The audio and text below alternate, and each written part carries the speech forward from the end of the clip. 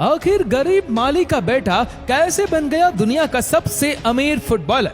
क्या आपको पता है क्रिस्टियानो को इस दुनिया में आने से पहले लड़नी पड़ी थी मौत की लड़ाई, क्योंकि उनकी खुद की मां उन्हें मार देना चाहती थी।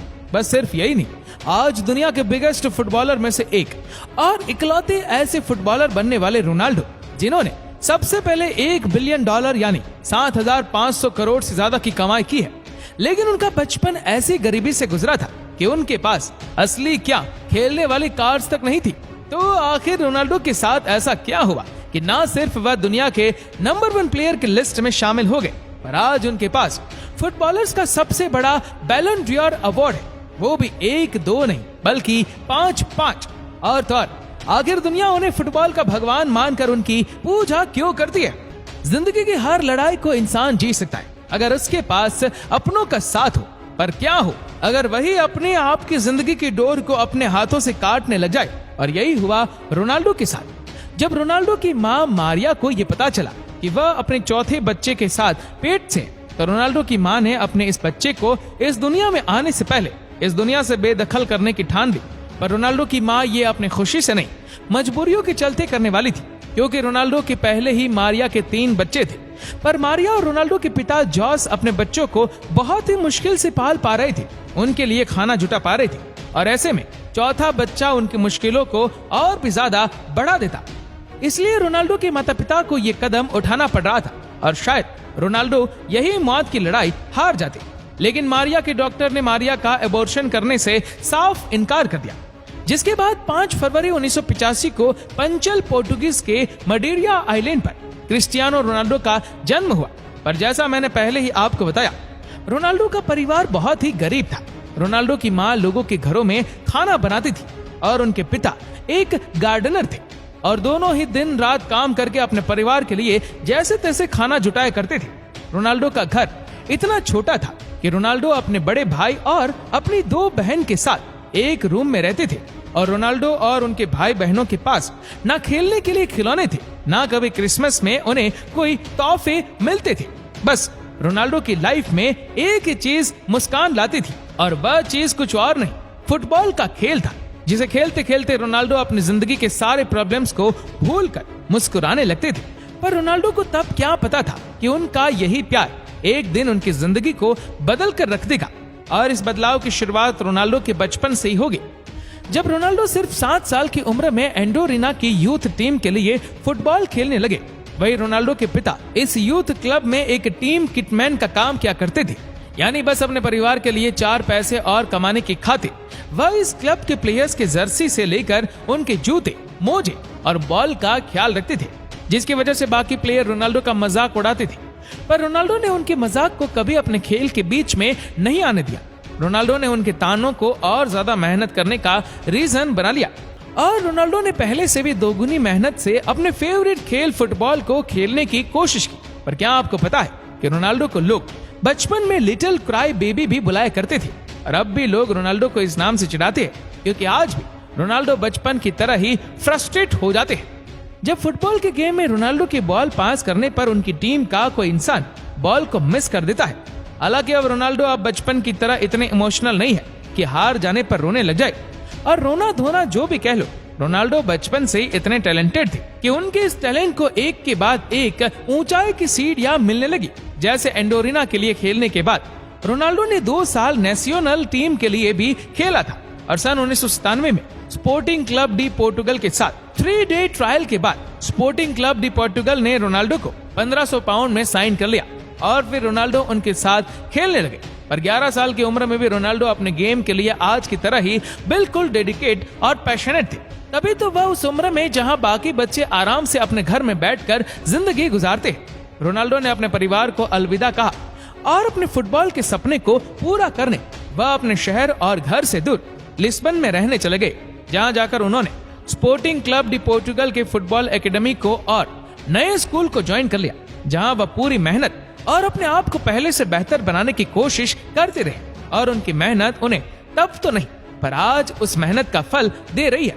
पर जैसे कहते हैं ना, हर खुशी में गम छिपा हुआ होता है, हर अच्छाई में कहीं ना कहीं बुराई का जन्म होता है। वैसे ही जैसे हर सक्सेस के पीछे हार का अंधेरा लोगों की जिंदगी के सूरज को डुबाने की मेहनत कोशिश करता है, और ऐसे ही कई अंधेरों ने रोनाल्डो के फुटबॉल और तरक्की के रास्ते में आने की कोशिश की। अब रोनाल्डो के पास फुटबॉल खेलने का टैलेंट और उनकी कड़ी मेहनत का जज्बा तो था, लेकिन रोनाल्डो एक तरफ जहां फुटबॉल के लिए पागल थे, वहीं दूसरी तरफ उन्हें पढ़ाई से कोसों दूर रहना पसंद था। इसी के साथ ही रोनाल्डो के गरीबी की दलदल का साया उनके पीछे लिस्बन तक आ गया था। यही नहीं, मडेरा से आए रोनाल्डो की भाषा लिस्बन के लोगों से अलग थी, जिसकी वजह से जब भी वह मुंह खोलते थे तब सब उनका मजाक उड़ाने लगते थे। इसी के चलते रोनाल्डो लिस्बन के बच्चों से बात नहीं कर पाते थे। यही सब वजह से रोनाल्डो टीचर और स्टूडेंट्स के बीच सिर्फ एक बुरे स्टूडेंट्स थे, जिसके चलते रोनाल्डो का बहुत मजाक उड़ाया जाता था और टीचर्स भी उन्हें भला बुरा कहने से नहीं चूकते थे।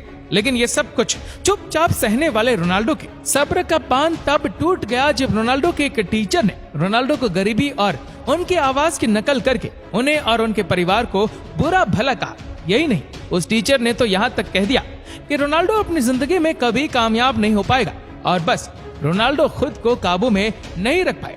रोनाल्डो ने न आओ देखा न ताओ, और अपने गुस्से में उन्होंने उस टीचर के ऊपर एक कुर्सी फेंक कर मार दी। इसके बाद होना क्या था, स्कूल वालों ने रोनाल्डो को उनकी इस हरकत के लिए स्कूल से निकाल दिया।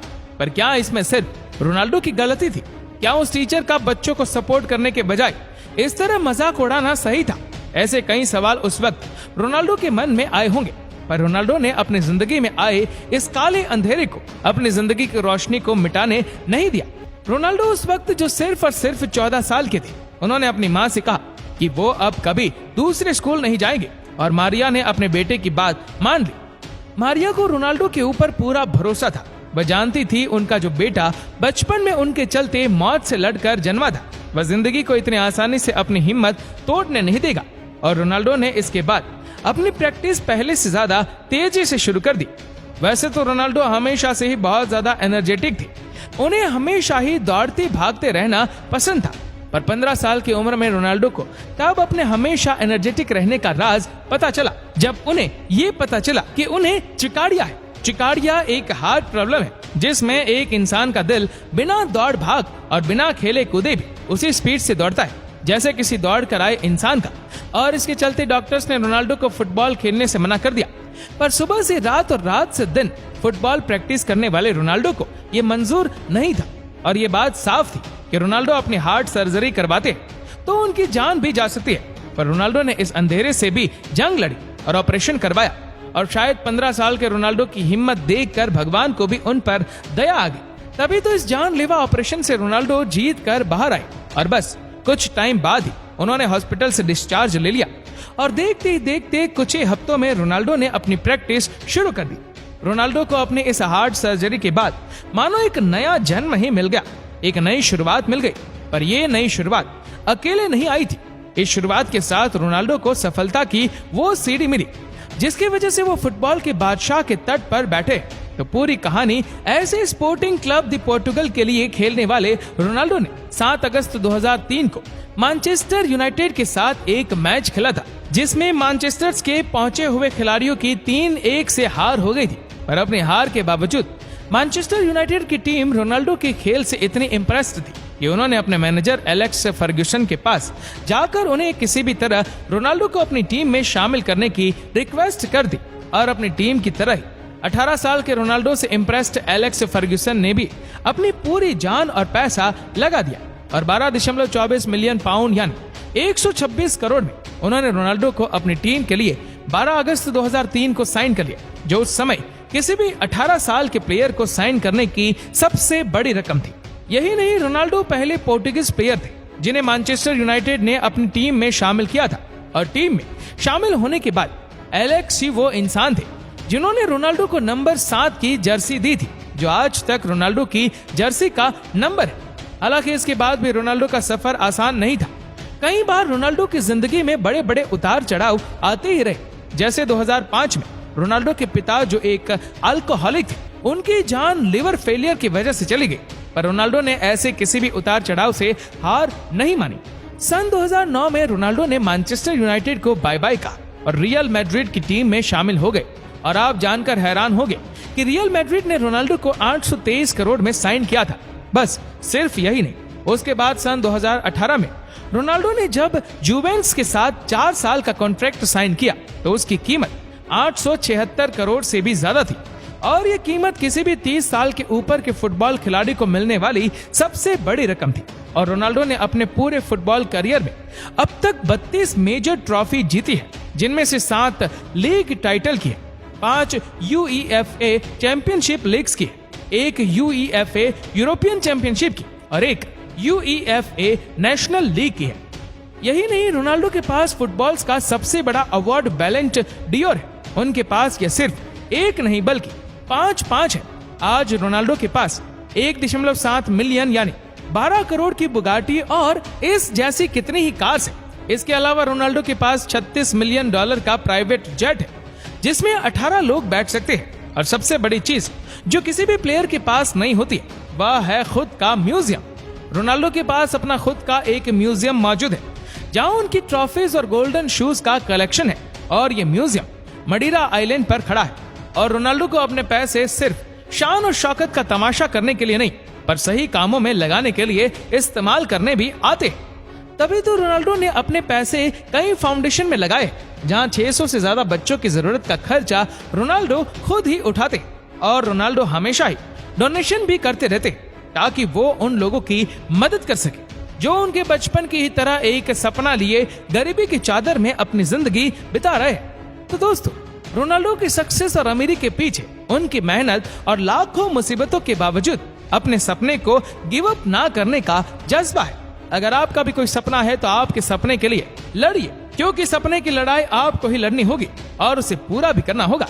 अगर आपको रोनाल्डो की गरीबी से अमीरी तक का सफर पसंद आया हो तो नीचे कमेंट करके जरूर बताएगा। और अगर आपको वीडियो अच्छा लगा हो तो इस वीडियो को लाइक करेगा, शेयर करेगा ज्यादा से ज्यादा लोगों तक। और ऐसी ही और भी रोचक जानकारियों के लिए सब्सक्राइब करें हमारे YouTube चैनल को और Facebook पर फॉलो करें हमारे पेज को। धन्यवाद।